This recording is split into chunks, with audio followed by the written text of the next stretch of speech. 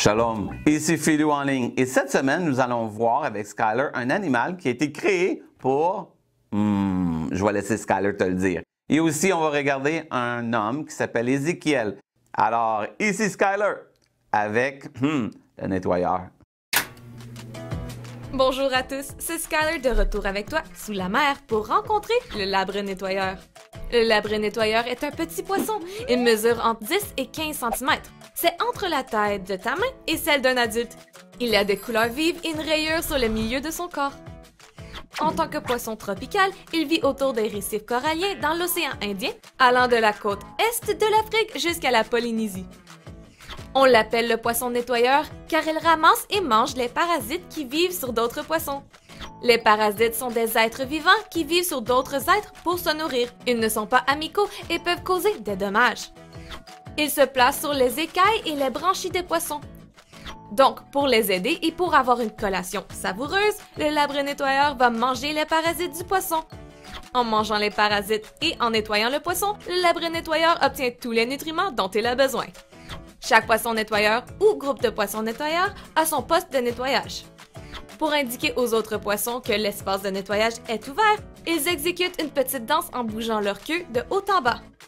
Ces poissons sont très occupés. Ils peuvent nettoyer des centaines de poissons en une journée. Dans certains cas, ils peuvent même en nettoyer des milliers.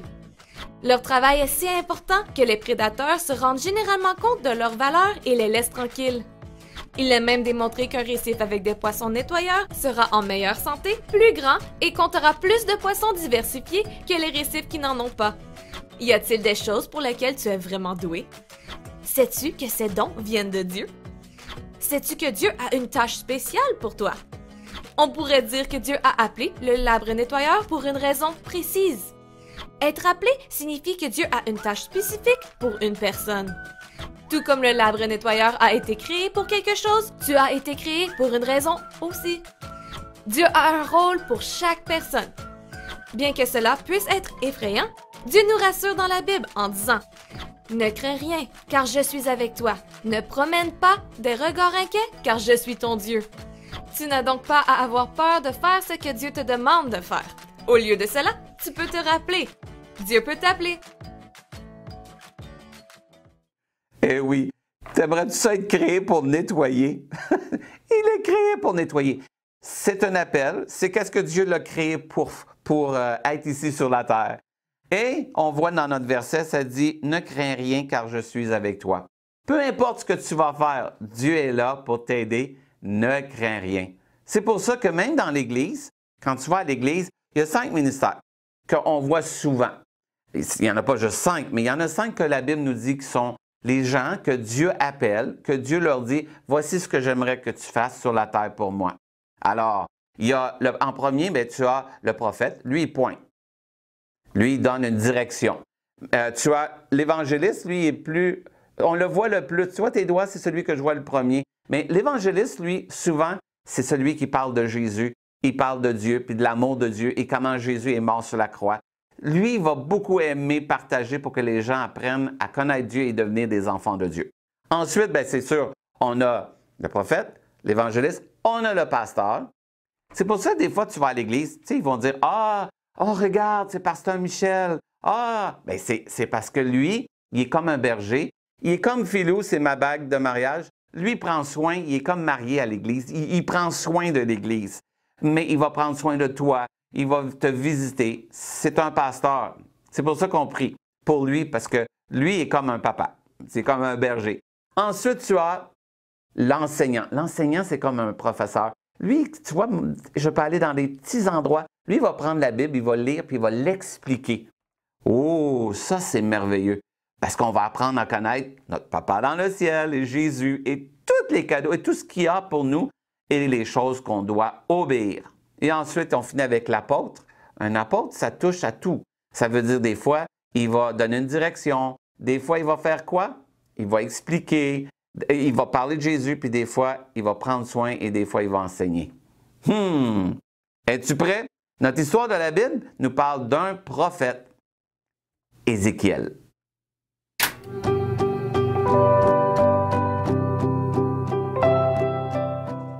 Dieu avait avait averti son peuple désobéissant que s'il ne se repentait pas de ses mauvaises habitudes, il permettrait qu'ils soient capturés et deviennent esclaves dans le pays de Babylone.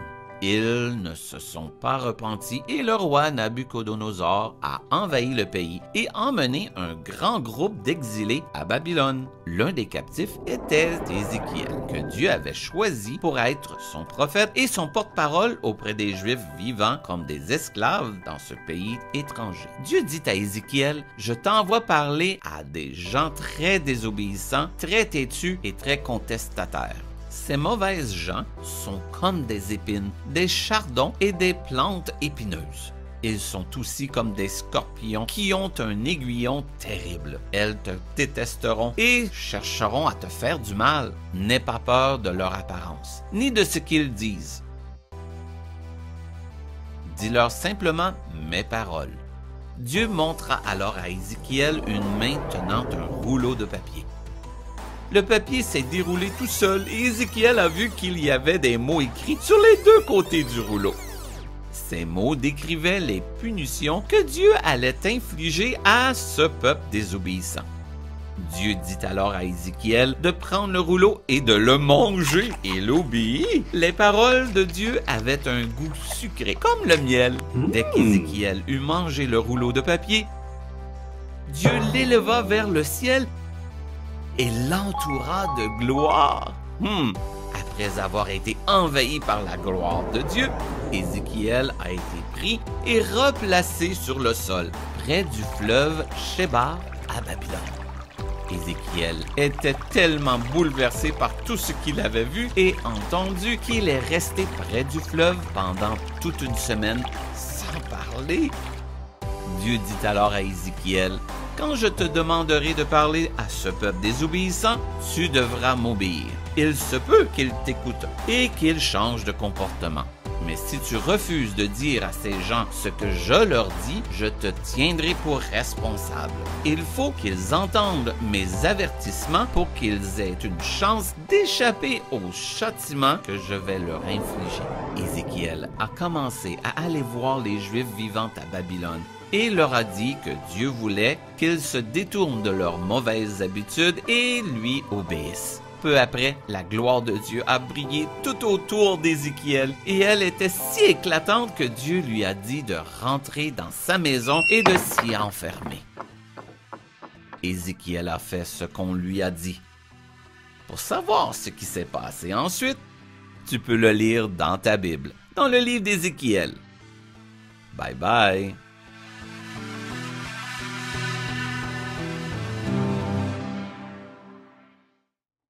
Tu as vu un prophète, Ézéchiel, lui, il entendait la voix de Dieu et il parlait au peuple.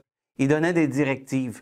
Oui, aujourd'hui, on a la parole de Dieu, mais il y a encore des prophètes qui ils peuvent nous donner des mots de la part de Dieu. Oui, et ça nous aide à apprendre à connaître Dieu et à obéir. C'est important. Donc, tu te souviens, on a l'évangéliste, le prophète, l'apôtre touche à tout, on a le pasteur et on a aussi l'enseignant. Alors, es-tu prêt? Voici la mission de la semaine pour t'aider à t'en souvenir. Voici ta mission. En famille, vous allez apprendre à découvrir les 5 ministères. Fais-le comme Filou avec tes doigts et ta main. Ensuite, en famille, vous parlez des 5 ministères. Qu'est-ce qu'ils font, les 5 ministères? Et bien sûr, si tu connais quelqu'un qui a un des 5 ministères, bien, tu pries pour lui ou elle. Alors, c'est simple. 1, on apprend les 5 ministères avec nos doigts. Ensuite, on parle avec nos parents. C'est quoi un des 5 ministères? Et ensuite, si on en connaît des gens qui ont un des 5 ministères, on prie pour eux. Alors, bonne mission!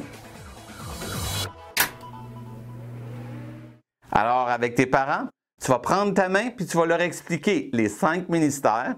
Il y en a plus dans la Bible, mais c'est 5 que Dieu a vraiment donné pour que l'Église, nous, toi et moi, on puisse apprendre à connaître Dieu, notre Papa dans le ciel, son amour, Jésus, et le Saint-Esprit, et tout ce que la Bible a pour nous. Et oui, oh, on est vraiment, vraiment, vraiment privilégié d'avoir ses cadeaux. C'est pour ça qu'on doit les honorer et aussi on doit écouter. Comme la Bible dit, mais eux, si Dieu appelle quelqu'un, si c'est ça que Dieu veut, ben, il doit apprendre à ne pas craindre car Dieu est avec eux, comme il était avec Ézéchiel. Es-tu prêt à chanter et célébrer? Oui, on peut chanter et célébrer Dieu parce qu'il est avec nous et on n'a rien à craindre. Alors, ici Philou en ligne qui te dit Shalom!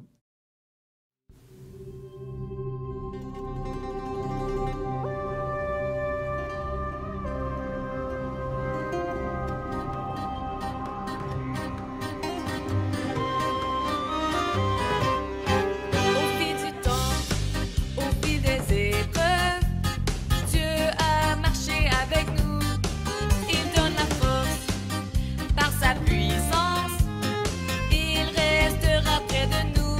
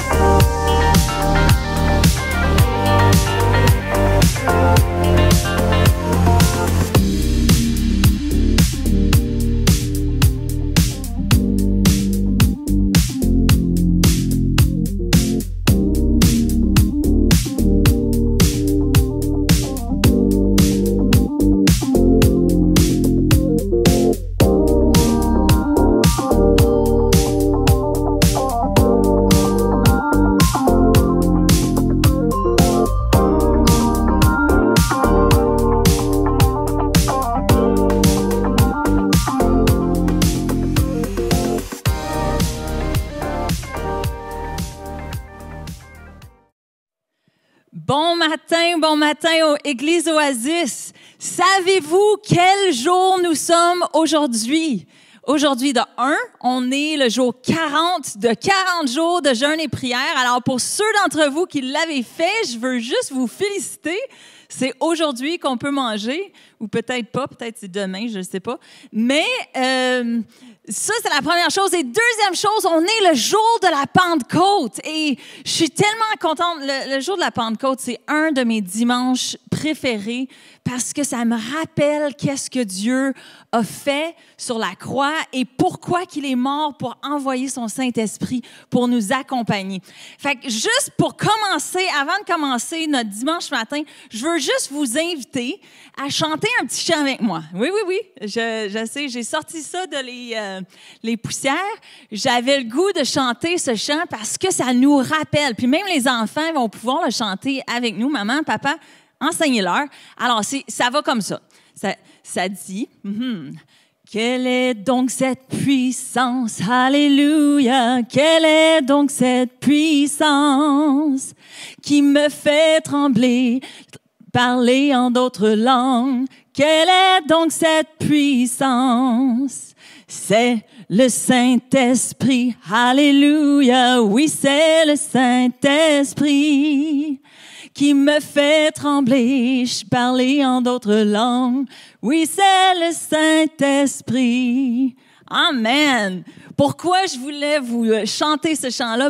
Parce que c'est les chants qu'on a appris quand on était plus jeunes qui nous rappelaient la puissance du Saint-Esprit, qui nous fait trembler, qui nous fait tressailler et qui nous fait rappeler qu'il est avec nous en tout temps. Alors ce matin, on peut-tu juste prendre un temps de le louer, prendre un temps de le célébrer, prendre un temps de se rappeler qui il est et qui est à nos côtés au quotidien? Amen. Fait que je vous encourage, chantez avec Émilie, Mathieu et Jeffrey ce matin et qu'on puisse juste louer le Seigneur de tout notre cœur. Soyez bénis et bonne louange. À tantôt.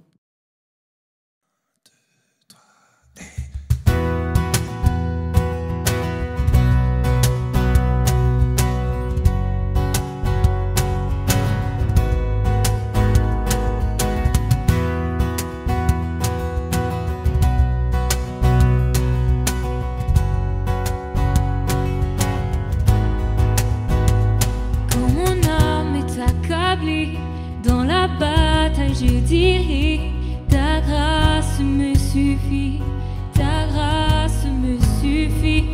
Lorsque je suis éprouvé, je ne suis pas délaissé, car toi seul me suffit, car toi seul me suffit.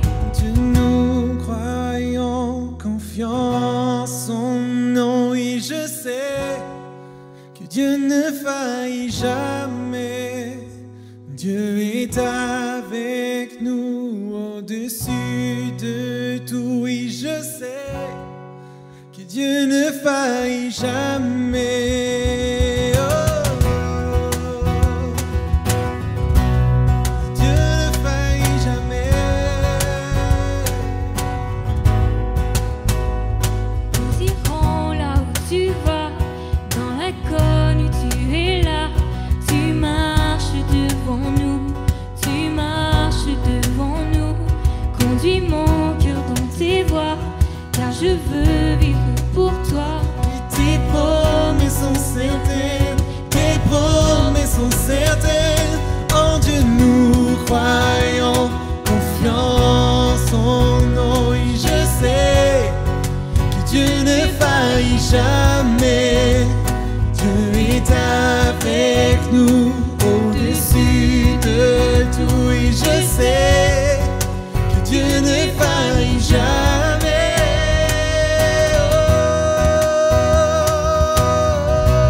Mon Dieu ne faillit jamais.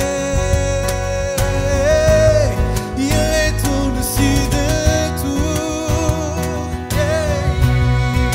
Toujours avec nous.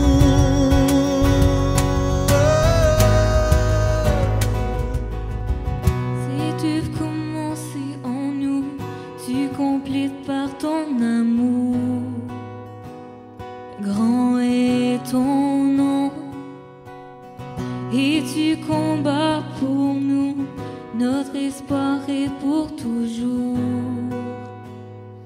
en toi, ô Dieu. Cette œuvre commencée en nous, tu complètes par ton amour. Grand est ton nom, et tu combats pour nous. Notre espoir est pour toujours en toi, oh Dieu, nous croyons, confiance en nom. Oui, je sais que Dieu ne faillit jamais. Dieu est avec nous, au-dessus de tout. Oui, je sais que Dieu ne faillit jamais.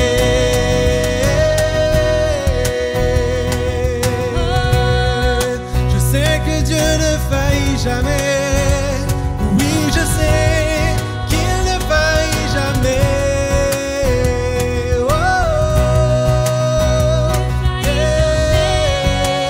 En Dieu nous croyons, et en Dieu nous croyons, confiance en nom. Je sais que Dieu ne faillit jamais. Dieu est avec nous, au-dessus de tout. Je sais que Dieu ne faillit jamais. Oh, Dieu ne faillit jamais. Dieu ne faillit jamais. Oh, Dieu ne faillit jamais. Il ne faillit jamais.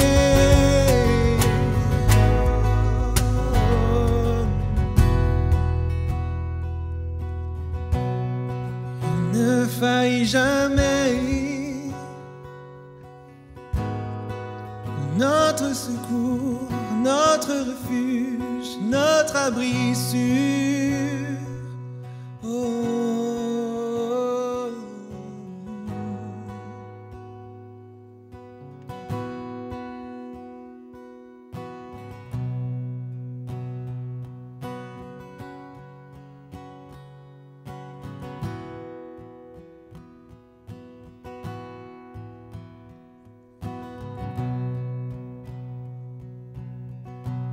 Si la lune me glace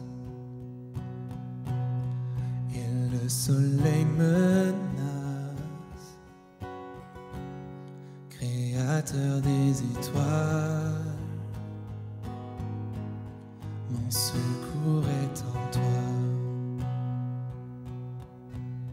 Si mes larmes ruissellent et que mon pas chancelle, Créateur de la terre, mon secours est en toi.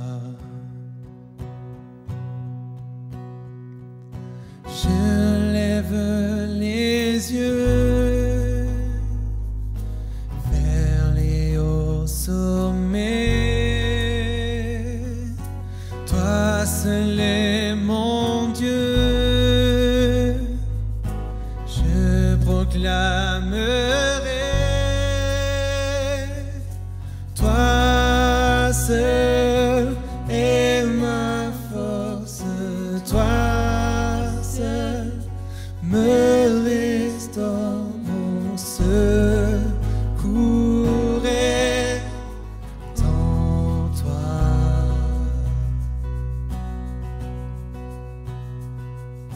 Toujours tu me portes, jamais tu ne dors. Mon secours est en toi.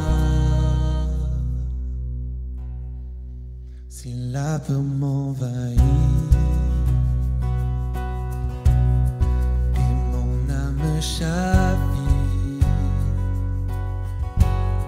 Créateur de la vie, mon secours est en toi. Je lève lève les yeux. Je lève les yeux vers les hauts sommets. Toi seul est mon Dieu. Je proclamerai que toi seul est ma force. Toi seul me restaure mon secours est en toi. Toujours tu me portes, toujours tu me portes, jamais tu ne dors, mon secours est en toi.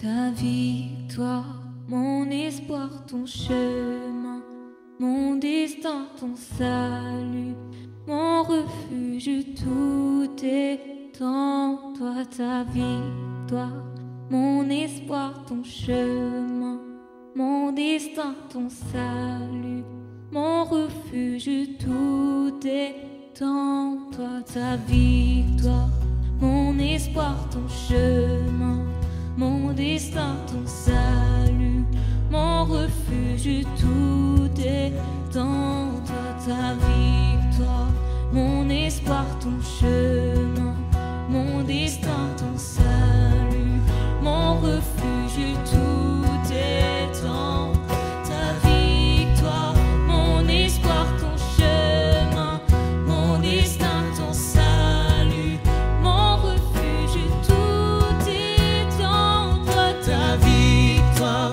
mon espoir, ton chemin, mon destin, ton salut, mon refuge, tout est en toi. Ta victoire, mon espoir, ton chemin, mon destin, ton salut, mon refuge, tout encore une fois.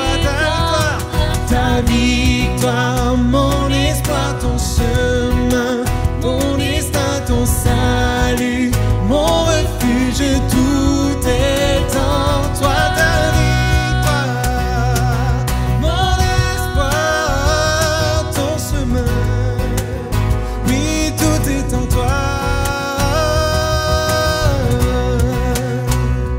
Mon refuge, yeah, yeah.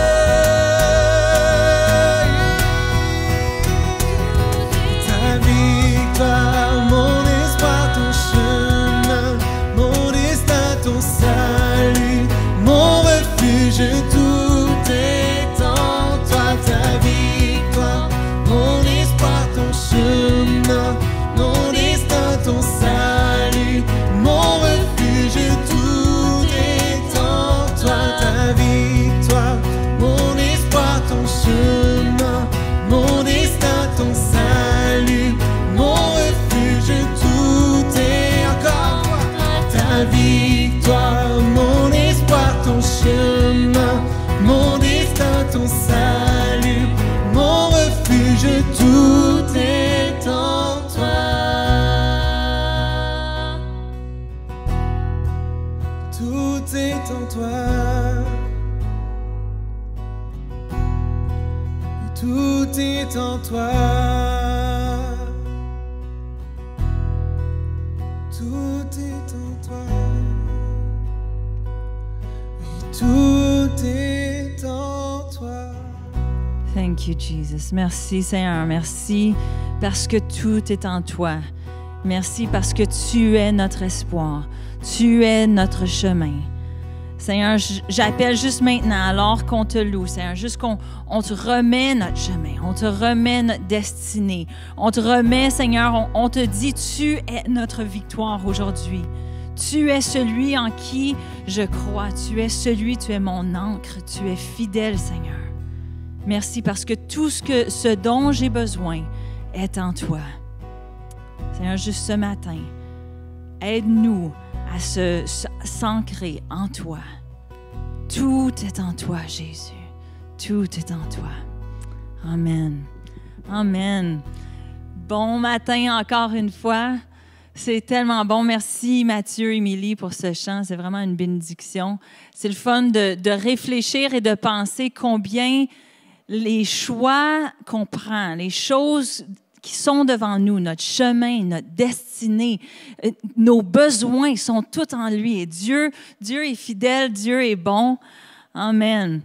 Ce matin, on est dans une série qui s'appelle Inébranlable et moi et Pasteur Désiré, on fait un tag team. C'est vraiment excitant comment Dieu fait les choses parce que le sujet que j'avais à cœur, c'était une attente inébranlable. Et Pasteur Désiré va venir par la suite avec la deuxième portion. Vous allez voir comment Dieu place les choses. Mais ce matin, je voulais vous parler d'une attente inébranlable. On est le dimanche de la Pentecôte. On est je pense que c'est peut-être Pâques, c'est mon dimanche préféré, mais c'est certainement dans mes top 2-3. Le dimanche de la Pentecôte, c'est celui où que le feu du ciel est tombé. Et moi, ma vie a été transformée dans un moment de feu, un moment où le Saint-Esprit est descendu. Et je ne sais pas pour vous si vous avez déjà vécu ça, mais j'aimerais ça vous amener dans un processus, le processus des disciples. En lien avec la Pentecôte. Qu'est-ce qu'ils ont vécu? Fait que si vous voulez tourner avec moi dans Acte 1, puis on va lire ensemble quelques versets. Je vais sauter certains versets, mais je veux vous lire Acte 1, à partir de verset 4.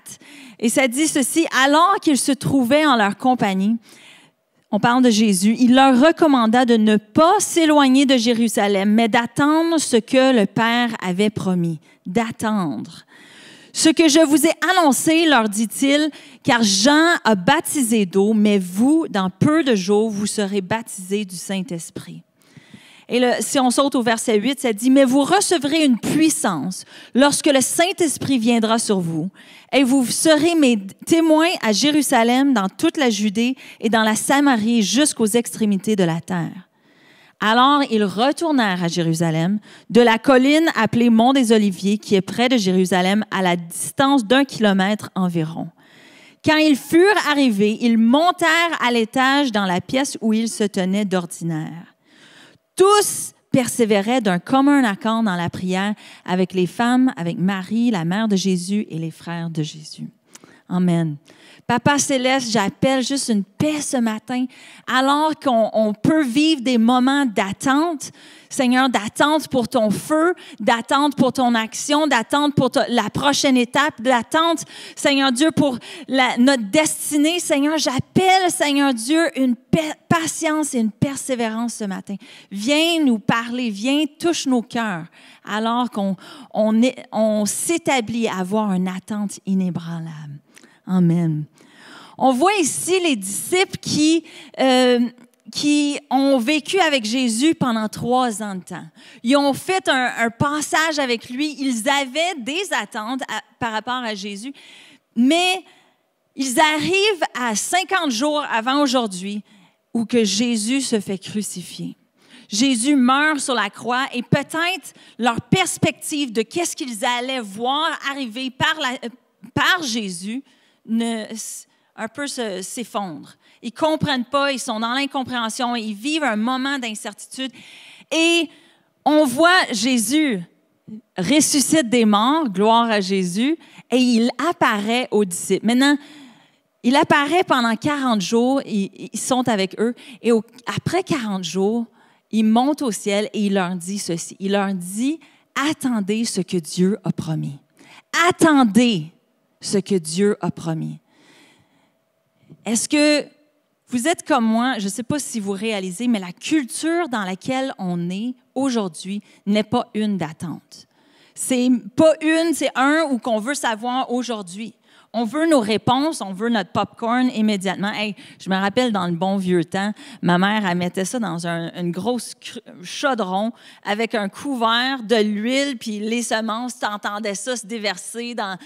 Puis là, on entendait, il fallait le brasser. Il fallait brasser le chaudron sur le four, puis tu entendais péter. Pop, pop, pop, pop, pop. Mais ça prenait plus longtemps que dans le micro-ondes. Et je vous dirais, une fois sur deux, le popcorn était brûlé. Savez-vous, aujourd'hui, on met ça dans le micro-ondes, on sait que c'est 2 minutes et demie. On a même sur nos micro-ondes la touche popcorn et c'est fait. Ça prend 2 minutes et demie, pas plus. Peut-être certains micro-ondes, 1 minute 50. Mais on est une génération instantanée. On a notre cellulaire.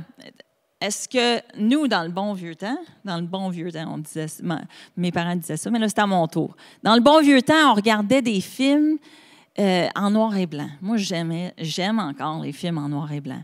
On prenait le temps d'apprécier la musique, les décors qui ont été faits à la main. Aujourd'hui, on regarde les pixels. Puis même là, si t'es comme... Je ne sais pas si vous faites ça, les Reels, vous regardez les vidéos après vidéo après vidéo. Et si le vidéo, il dure plus que 20 secondes, ça a perdu ton intérêt. On est dans une culture qui n'aime pas attendre. Mais je veux juste vous dire que la parole de Dieu reste la même. Dieu nous demande quand même d'attendre qu'est-ce qu'il a promis. Il y a une transition dans la vie où qu'on doit attendre. Les disciples devaient attendre. Je me suis posé la question, combien de disciples étaient au Mont des Oliviers lorsque Jésus est monté? C'était quoi la foule? Parce qu'on sait que pendant la vie de Jésus, il y avait des fois des foules de 5000 hommes. On sait qu'à certains moments, il y était des foules de 1000 personnes qui l'entouraient, qui marchaient avec lui. Au Mont des Oliviers, combien de personnes il y avait? Et est-ce que ceux qui ont fini et qui ont attendu le Saint-Esprit, c'était le même nombre ou il y en a qui se sont tannés, qui ont dit, « Hey, parce que Jésus ne l'a pas dit que ça serait dans 10 jours. Jour 10, au 2e étage, à telle auberge, vous allez voir, le Saint-Esprit va descendre, ça va être incroyable. Il va y avoir tout un spectacle, tonnerre, puissance et langue de feu, juste pour vous. » Non. Dieu n'avait pas donné de date, il avait dit « Allez attendre ». Est-ce qu'on est prêt à attendre? Et les disciples et d'autres personnes ils ont décidé, ils ont choisi d'obéir à Dieu. Ça, c'est la première chose, l'ingrédient que ça prend. Ça prend d'obéir à Dieu, de prendre le premier pas de foi. Ça dit dans le verset 12 qu'ils retournèrent à Jérusalem. Comme Jésus a dit, ils ont décidé d'obéir. Est-ce que tout le monde est retourné? Je ne sais pas. Mais je sais qu'ils ont choisi d'obéir à Dieu dans ce moment-là, de l'attendre. Et verset 14, ça dit « Tous ont persévéré ». Ça, c'est la deuxième chose que ça prend. Dans l'attente, on doit persévérer. On doit être patient. On doit avoir cette constance à dire non, je ne relâcherai pas, je vais continuer. Même si on ne sait pas, sais-tu, 1 jour, 2 jours, 10 jours, 1 an, Dieu peut-être vous amène dans une saison où que vous êtes en attente. Vous attendez de voir ce que Dieu a promis s'accomplir dans votre vie. Mais savez-vous, le processus d'attente est aussi important que le résultat. Ça, c'est pasteur Caroline Yankee Rouillard qui a dit ça dans les dernières semaines. Mais le processus est autant important que le résultat. Nous, on veut le résultat, on veut le popcorn, on veut manger tout de suite, on veut ce qu'on veut, puis on le veut maintenant. Mais Dieu nous dit, attends, va à tel endroit et attends ce qui a été promis. Je veux vous encourager ce matin. Est-ce que votre attente est inébranlable? Est-ce que votre attente est-ce qu'elle est en train de, je suis plus sûre. Vous savez, entre 2 pièces, il y a un corridor. Si je veux descendre en bas, il y a la descente d'escalier. Si je veux aller aux salles de bain, il y a une petite entrée là-bas, je dois passer par là. Entre 2 pièces, entre un endroit et un autre endroit, il y a un corridor. Et souvent, dans ce corridor-là, on ne sait pas qu'est-ce que Dieu est en train de faire. On ne sait pas où c'est qu'il nous amène. On ne sait pas qu'est-ce qui va s'ouvrir à nous. Mais est-ce qu'on est prête à lui faire confiance? La chose que les disciples ont pu faire, c'est se rappeler la parole du Seigneur. Et ça, chers amis, c'est la chose la plus importante. Qu'est-ce que Dieu vous a dit? Parce que c'est ce qu'il a dit qui nous permet de l'obéir. C'est ce qu'il a dit qui nous permet de persévérer. C'est ce qu'il nous a dit qui nous permet d'avoir cette anticipation. Savez-vous, sans anticipation, vous pouvez être sûr que votre regard commence à être laissé regarder à gauche, à droite, se laisser décourager, se laisser peut-être influencer par d'autres choses. L'anticipation de ce que Dieu va faire et de ce qu'il va accomplir, c'est la chose qui nous amène jusqu'au bout, à attendre avec persévérance, à attendre, à l'obéir. Est-ce que ce matin, vous ressentez cette anticipation-là? Est-ce que ce matin, alors que peut-être vous êtes dans un corridor et que vous ne comprenez pas, savez-vous, ce qui suit les disciples, c'était pas logique. C'était pas comprenable, c'était pas rationnel. Le feu du ciel. Vous savez, il y a une version qui dit que des flammes de feu les a engouffrés. Engouffrés? Et engulfed them. Le mot, c'est engulfed. Imagine, moi j'ai toujours vu les images à l'école du dimanche avec la petite flamme sur le dessus. Mais imagine, là, que je suis dans la flamme de feu. Nous, on ne sait pas, on n'était pas là, on ne sait pas à quoi ça pouvait ressembler. Ça dit aussi qu'il y avait un son qui s'était entendu de la ville, du centre de la ville. On ne peut pas expliquer avec notre intellect là où Dieu veut nous amener, ce qu'il veut faire. La prochaine étape, on ne le sait pas. Mais est-ce qu'on est capable de dire, « Hey Seigneur, sur ta parole, je me tiens. Sur ta parole, tu as dit, attends, pour ce que j'ai promis. Tu as dit. » Donc, j'ai cette anticipation de voir ta bonté. Il y a un verset que j'aime beaucoup qui dit « Oh, je vais voir la bonté de Dieu dans le pays des vivants. » C'est-tu dans les psaumes?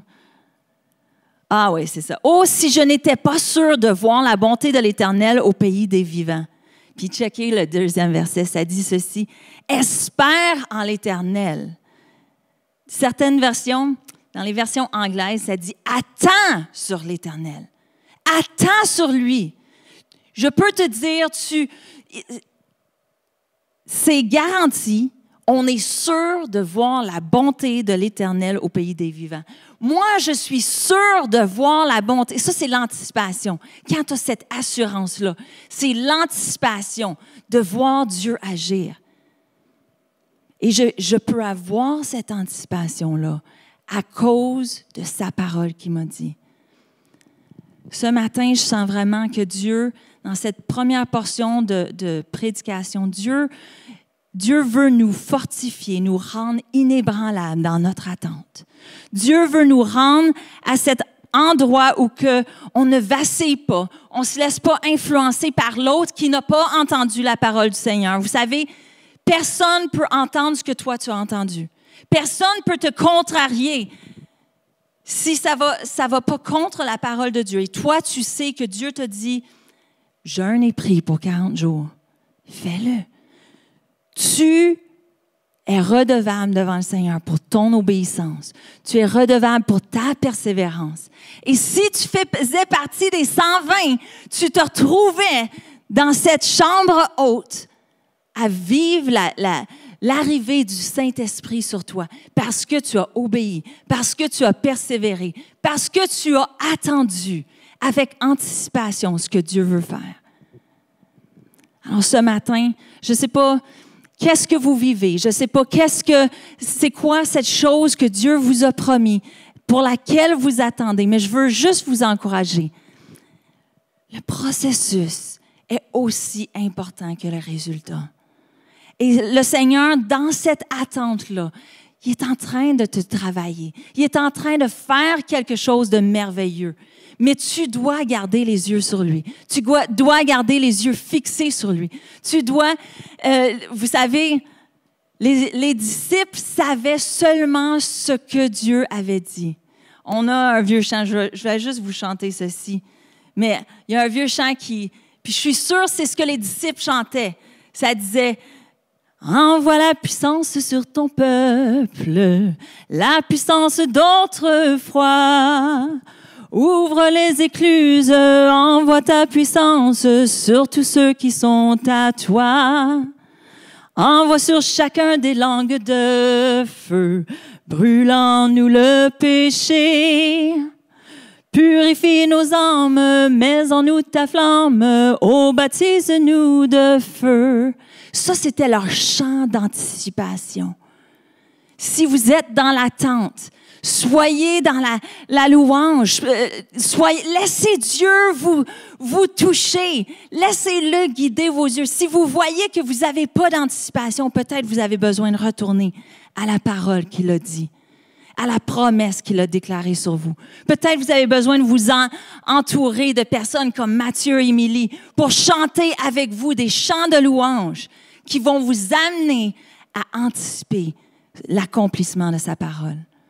Dieu veut agir en vous ce matin. Alors, j'aimerais vous inviter juste à pencher vos têtes. On va rechanter ensemble, mais est-ce qu'on peut juste prendre ce temps, dire au Seigneur, « Seigneur, viens ce matin. Rends-moi inébranlable dans mon attente. Rends-moi persévérant dans mon attente. Seigneur, rappelle-nous ce matin que ce que tu fais dans le processus est autant important que l'endroit où tu nous amènes. Rappelle-nous ce matin, Seigneur, que tu nous façonnes et nous transformes dans le processus. Seigneur, rappelle-nous la parole que tu nous as dit, cette promesse qui a été déclarée sur notre vie et ramène en nous cette anticipation. Seigneur, on le dit ce matin, je vais voir la bonté de l'Éternel dans le pays des vivants.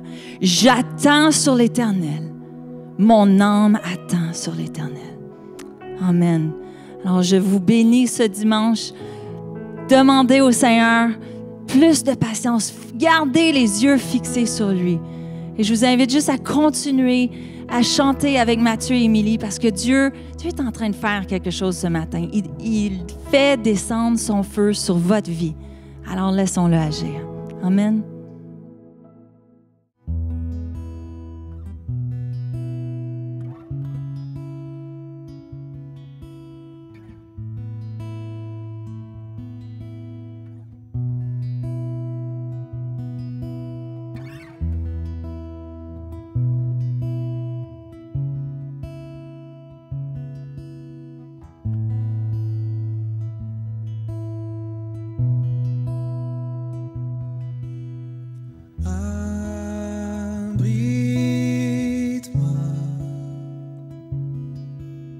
Sous tes ailes, couvre-moi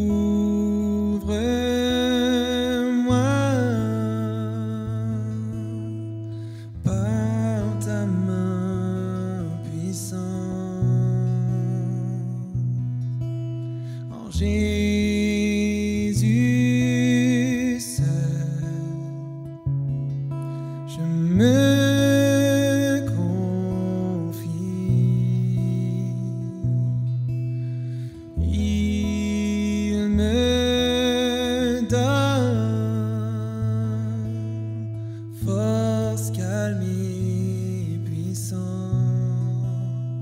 même si les océans se déchaînent, je les traverserai avec toi. Père, tu domines les tempêtes, je suis tranquille car tu es là. Je suis tranquille car tu es là.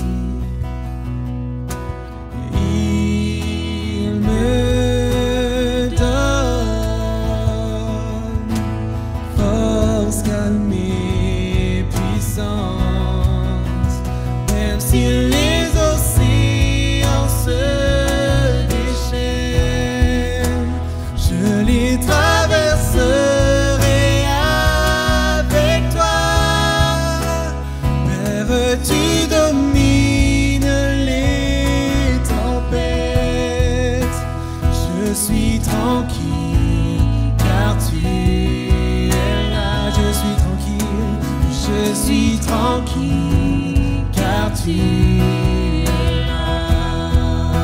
Même si les océans se déchaînent, je les traverserai avec toi.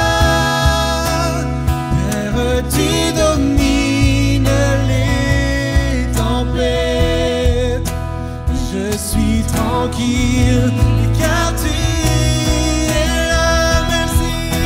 Même si les océans se déchaînent, je les traverserai avec toi. Père, tu domines les tempêtes. Je suis tranquille car tu es là. Je suis tranquille car tu es là.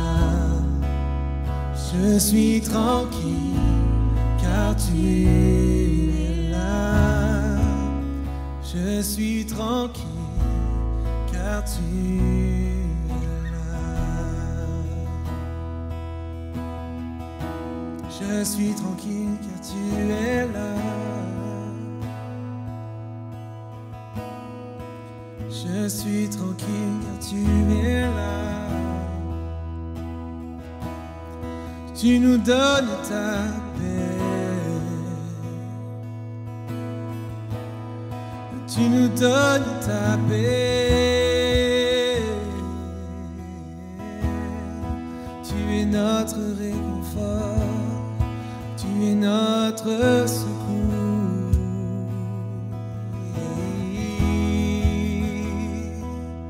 Tu nous fais traverser les tempêtes sans rien craindre, sans rien craindre. Car tu es là, oui tu es là, je suis tranquille. Car tu es là. Car tu es là.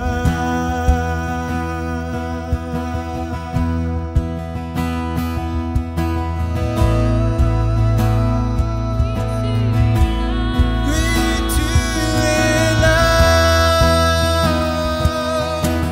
Tu es là, tu es là.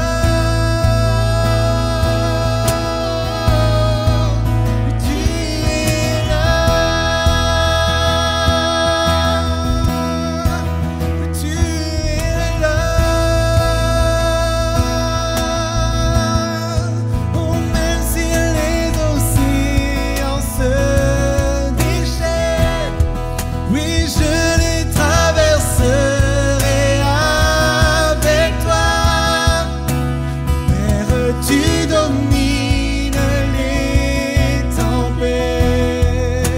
Je suis tranquille car tu es là. Même si les océans se déchaînent, je les traverserai avec toi.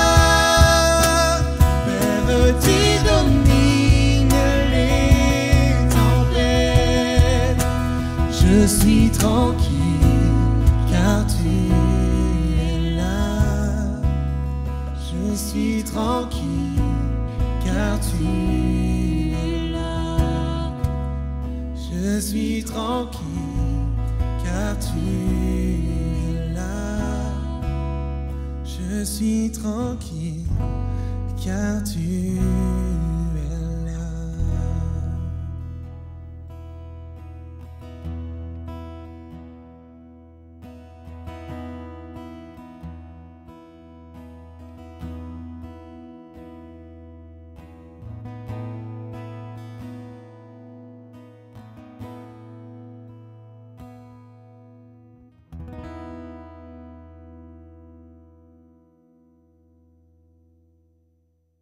Bonjour famille Oasis, quel privilège d'être avec vous en ce beau dimanche de Pentecôte et nous sommes ici tout heureux, tout excités de célébrer et d'adorer le Seigneur et déclarer qu'il est fidèle encore et aujourd'hui. Nous célébrons bien entendu en ce dimanche, bien entendu c'est le week-end de la fête de la Reine ou la fête des Patriotes, mais pour nous croyants, nous voulons célébrer le dimanche de Pentecôte, célébrer la venue du Saint-Esprit, célébrer sa grâce, sa faveur, sa présence, célébrer le fait que encore aujourd'hui, l'Esprit de Dieu est en action au milieu de nous, et il est en action parmi nous, il est en action à travers nous, et peut-être on ne sait pas, on ne réalise pas, mais si vous faites des recherches, vous regardez, vous essayez de pouvoir vous renseigner d'un point de vue au niveau même de ecclésiologique ou au niveau même de la sociologie, tout ça, le mouvement aujourd'hui, en 2021, qui connaît la plus grande et la plus rapide croissance de façon exponentielle, peut-être vous ne réalisez pas cela, est vraiment le mouvement pentecôtiste, littéralement à travers le monde. Et c'est fou. Nous vivons, c'est que si le Seigneur tarde sa venue, et que finalement, nos arrière-petits-enfants ou arrière-arrière-petits-enfants, finalement, regardent notre époque, ils diront que nous vivons dans une époque où est-ce que nous vivons un immense réveil. Ils vont regarder notre histoire, regarder ces temps les plus... Ils vont dire, c'était un moment historique où est-ce que le mouvement de l'esprit n'a jamais été aussi fort. Donc, peut-être les gens se grattent la tête, ils sont dans leur salon, ils regardent, puis ils disent, mais voyons, il me semble que non. Mais oui, ben oui.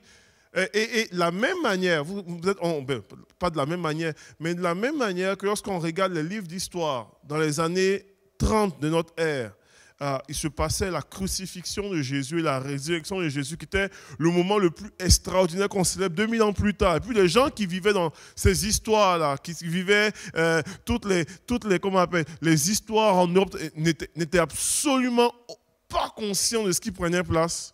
De la même manière, il y a plusieurs personnes qui ne sont pas conscients de l'action et de l'effusion de l'esprit qui prend place à travers le monde. Comprenez-vous un petit peu? Et moi, quand je vois ça, je dis, Seigneur, je ne veux pas être un spectateur de l'histoire qui s'écrit.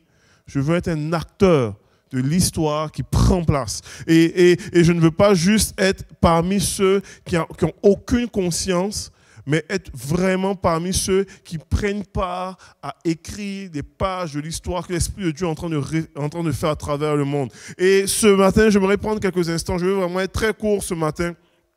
Partager cette pensée-là, alors que nous sommes dans une série de inébranlables. J'aimerais vous partager cette pensée-là de la puissance qui rend inébranlable. La puissance qui rend inébranlable. Pasteur Anna a un super message sur l'attente, sur l'importance de l'attente. Et on se suit dans ce message-là. Elle a lu dans Actes chapitre 1. Moi, je vais vous inviter à tourner dans Actes chapitre 2, la suite du récit. Et dans la suite du récit, dans Actes chapitre 2, voici ce qu'il est écrit comme. Il est écrit comme suit. On dit, on dit le jour de la Pentecôte arriva, ils étaient tous ensemble au même endroit. Tout à coup, il vint du ciel un bruit comme celui d'un vent violent qui remplit toute la maison où ils étaient assis. Des langues semblables à des langues de feu les apparurent, séparées les unes des autres. Elles se posèrent sur chacun d'eux. Ils furent tous remplis du Saint-Esprit et se mirent à parler en d'autres langues comme l'Esprit leur donnait de s'exprimer. Amen. Quel passage extraordinaire. Et il y a tellement à dire dans un passage comme celui-là. J'aimerais vous parler de cette idée-là de la puissance qui règne inébranlable parce que on lit ce passage-là, on n'a peut-être pas conscience de ce qui prend place ou on ne mesure pas la portée de ce qui prend place. Mais lorsque l'Esprit de Dieu descend, il descend sur 120 disciples de Jésus. Donc, les apôtres, certainement, les 11, parce que Judas est déjà suscité, plus d'autres disciples et certaines femmes qui ont suivi Jésus à travers le ministère. Et l'Esprit, et vraiment, l'Esprit de Dieu descend sur eux. Mais ces gens-là, quelques semaines auparavant, avaient fui dispersés. Ils avaient été profondément ébranlés par la crucifixion de Jésus. Et ils avaient été profondément dans une confusion totale. Et puis là, ils se retrouvent dans Actes chapitre 2, littéralement 50 jours plus tard, 50 jours après la Pâque. Et dans Actes chapitre 2, ils vivent une effusion de l'Esprit et la suite de l'histoire est totalement différent et totalement incroyable. Ces gens qui étaient autrefois ébranlés, confus, en fuite, ne savons pas quoi faire, 50 jours plus tôt, sont des témoins puissants, des gens qui sont prêts à mourir pour la cause de l'évangile, des gens qui sont prêts à bouleverser le monde. Et ce qui va prendre place en ce jour-là, la chambre haute, 2000 ans plus tard, nous en parlons encore et nous vivons encore les répercussions de 2000 ans d'effusion de l'esprit, de 2000 ans de la grâce de Dieu et de la puissance de Dieu. Et on croit réellement que ce qui a pris place il y a 2000 ans est encore disponible, possible, encore aujourd'hui. Et nous pouvons le vivre, et vous pouvez le vivre dans votre salon, vous pouvez le vivre à travers même les différents réseaux sociaux que vous suivez présentement. Et l'Esprit de Dieu est capable de vous rejoindre et vous atteindre encore. La même puissance qui a touché les 120 il y a 2000 ans, est encore la même puissance qui veut vous toucher aujourd'hui encore. Il veut vous saisir encore aujourd'hui. Je le crois de tout mon cœur. Et alors que ces gens-là avaient été ébranlés, il y a une puissance qui les a rendus totalement inébranlables, qui les a rendus totalement prêts à pouvoir œuvrer, à pouvoir rentrer dans la destinée que Dieu voulait pour leur vie en tant que telle. Et il y a plusieurs points que j'aurais pu apporter aujourd'hui, et je vais juste le sortir rapidement. On voit, dans ce passage, on voit certains aspects. Premier aspect qu'on peut voir, la Bible parle de la réalité qu'ils étaient tous ensemble. On parle d'une unité. Et vous savez, Jésus avait réussi un tour de chapeau incroyable. Avoir réussi à pouvoir amener une unité chez des gens tellement différents. Quand on regarde les disciples de Jésus, juste les 12, ils étaient extrêmement différents.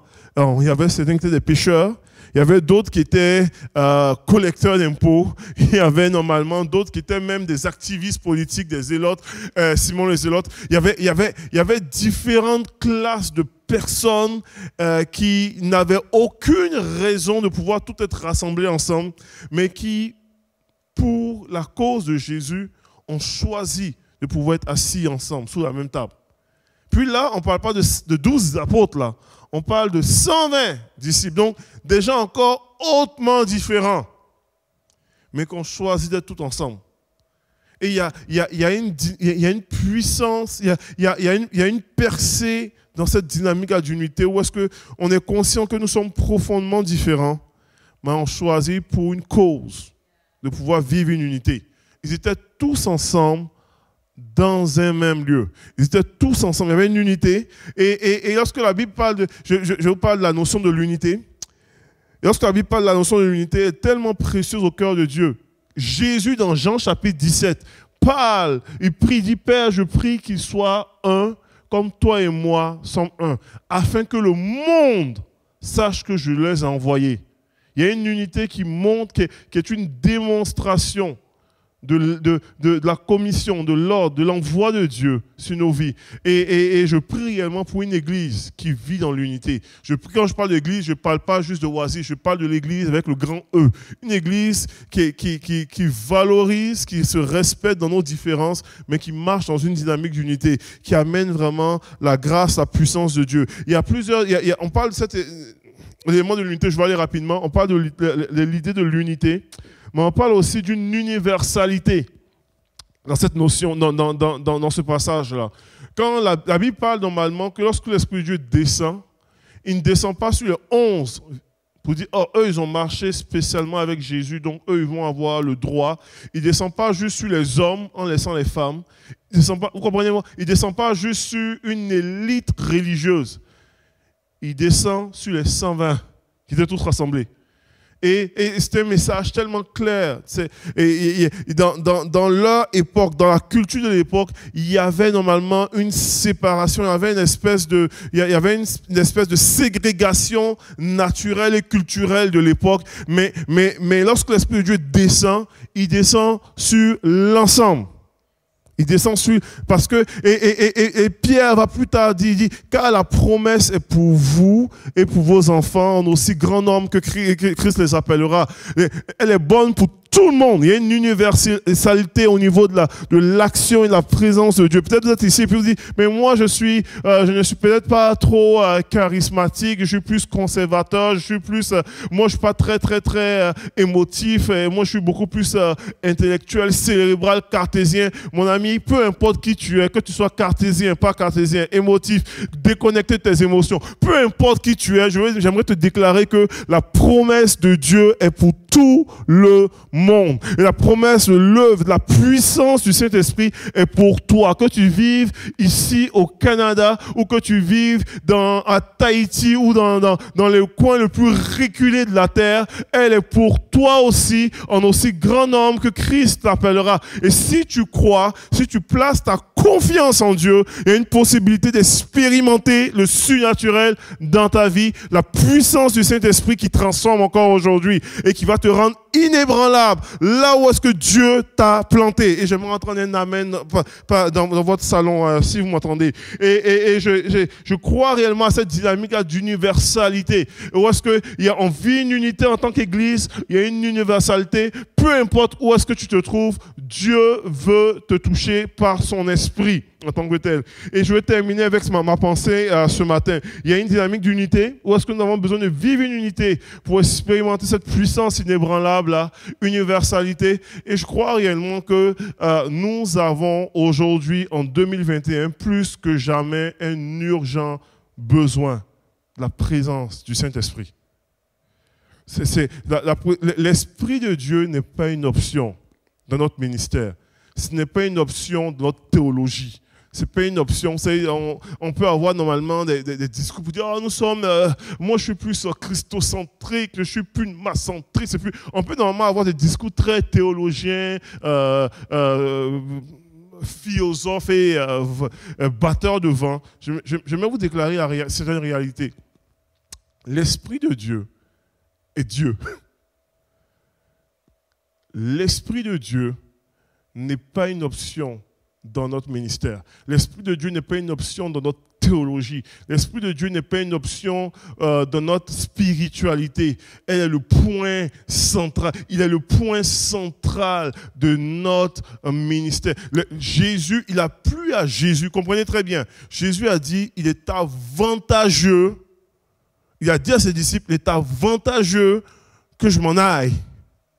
Il dit, il est avantageux que je puisse être absent physiquement de vous. Et il dit, la présence de l'Esprit de Dieu en vous est meilleure que ma présence physique. Pensez-y bien, pour les apôtres. Et ce qu'il est en train de nommer, ce qu'il explique, ce qu'il est en train de pouvoir amener à comprendre, il est en train de dire, il y a une urgence, vous avez besoin. Il dit, ils ont marché pendant 3 ans et demi avec Jésus, mais Jésus leur dit, attendez.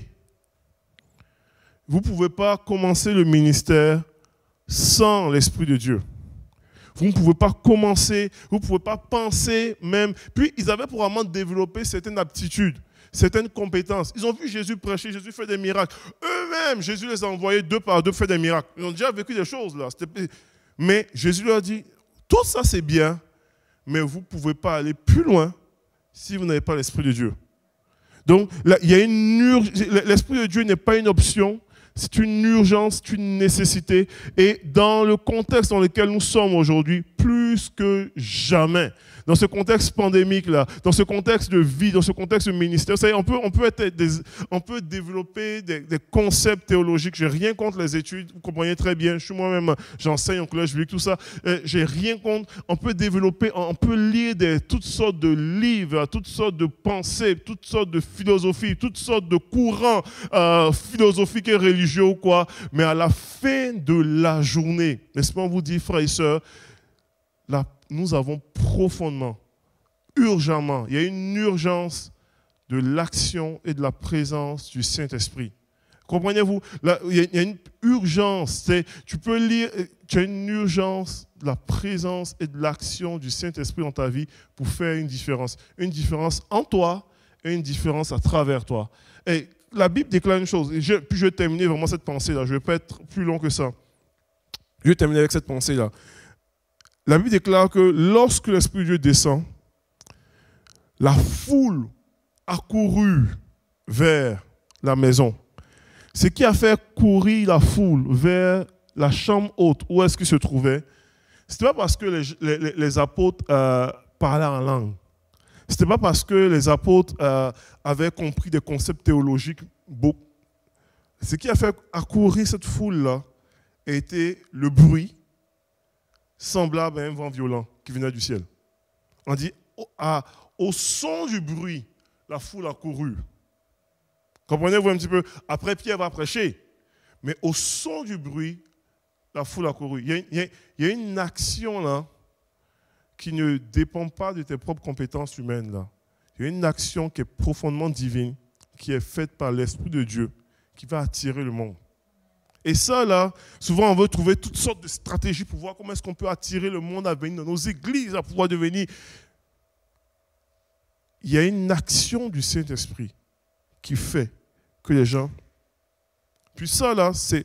Tu as beau te craquer de venir faire entertainer ton église et ta façon de pouvoir trouver le moyen d'inviter les gens. Etc.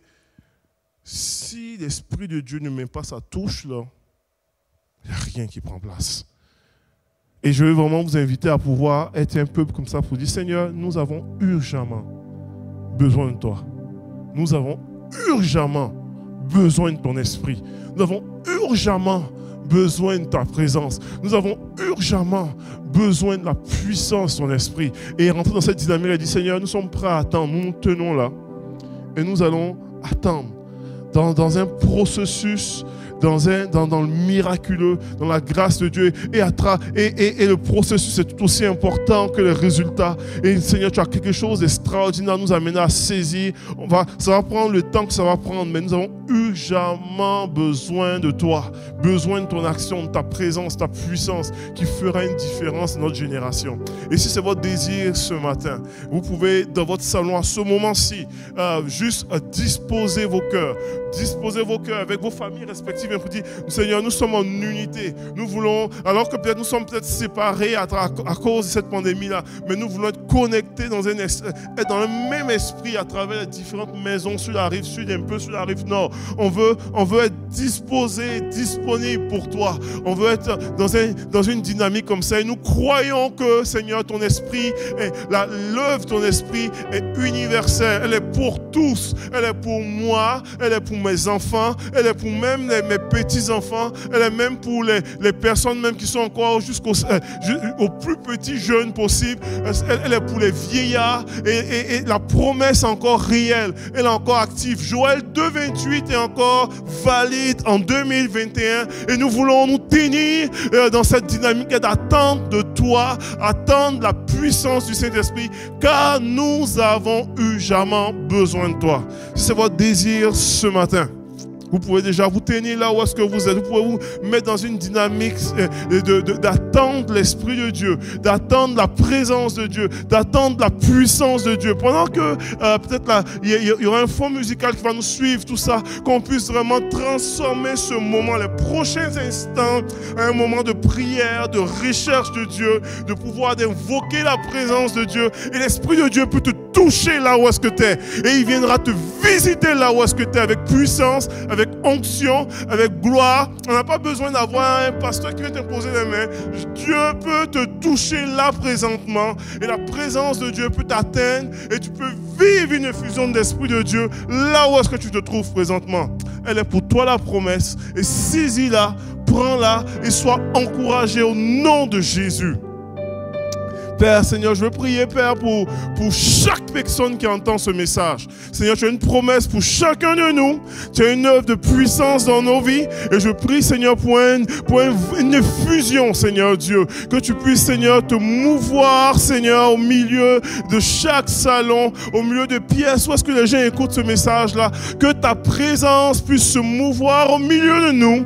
Et que tu puisses arroser ton peuple, rencontrer, Seigneur, guérir ceux qui ont besoin d'être guéris. Guéris les cœurs brisés, visiter, remplis de ton esprit, Seigneur Dieu. Je prie pour une effusion de ton esprit qui fait une différence et là que la gloire de Dieu descende sur eux. Merci de rencontrer, de visiter, de toucher, Seigneur Jésus. Merci, Seigneur. Recevez ce matin dans le nom puissant de Jésus et que la gloire te revienne au Père Céleste. Amen, amen et amen. Alléluia. Soyez encouragés et bénis, bénis, bénis, bénis. Et laissez l'Esprit de Dieu continuer son œuvre en vous et en vous souhaitant un très très bon dimanche et en prenant le temps à la présence de Dieu, en célébrant ce que Christ a fait. Que la gloire revienne à Jésus-Christ et on vous aime très fort et bon dimanche à tous et à toutes.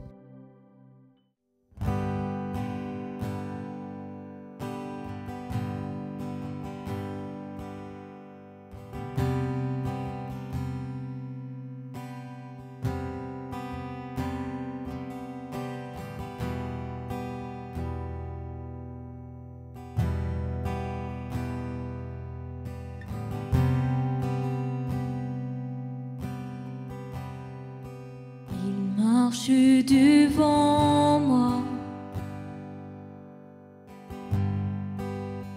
il est mon berger, il est mon défenseur, je n'ai pas peur. Son onction me remplit, fait déborder ma coupe. Rien ne pourra m'atteindre, je n'ai pas peur.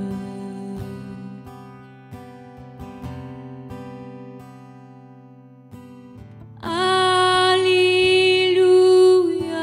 je ne suis pas seul.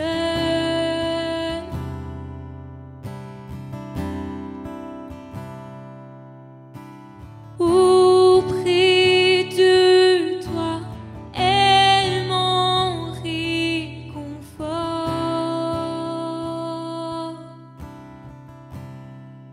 Il me guide malgré montagnes et vallées. Sa joie me rafraîchit,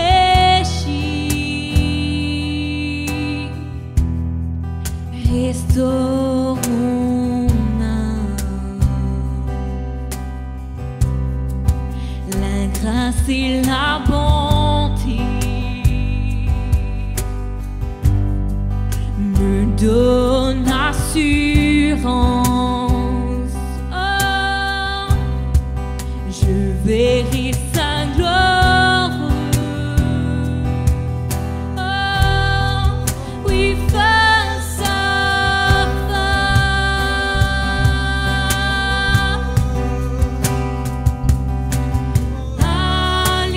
Alléluia, je ne suis pas seul.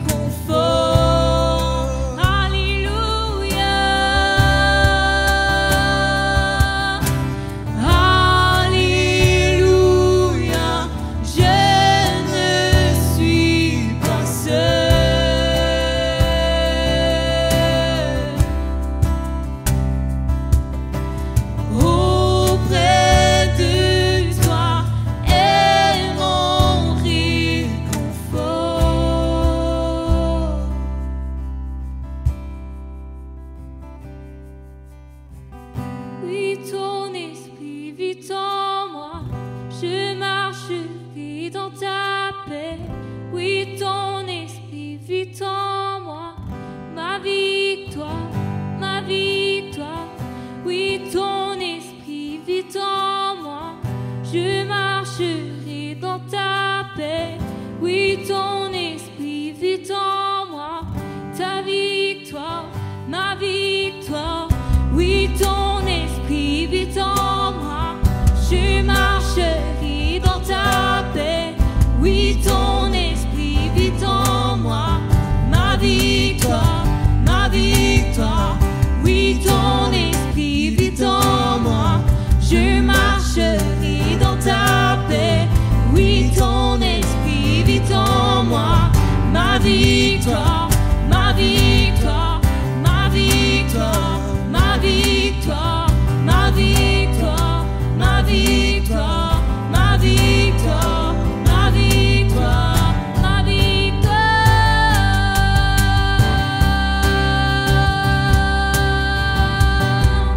Oh, ma victoire est en toi.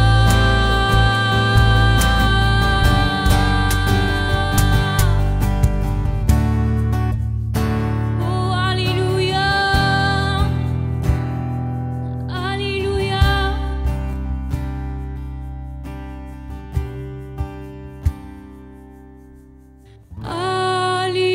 Alléluia, je ne suis pas seul.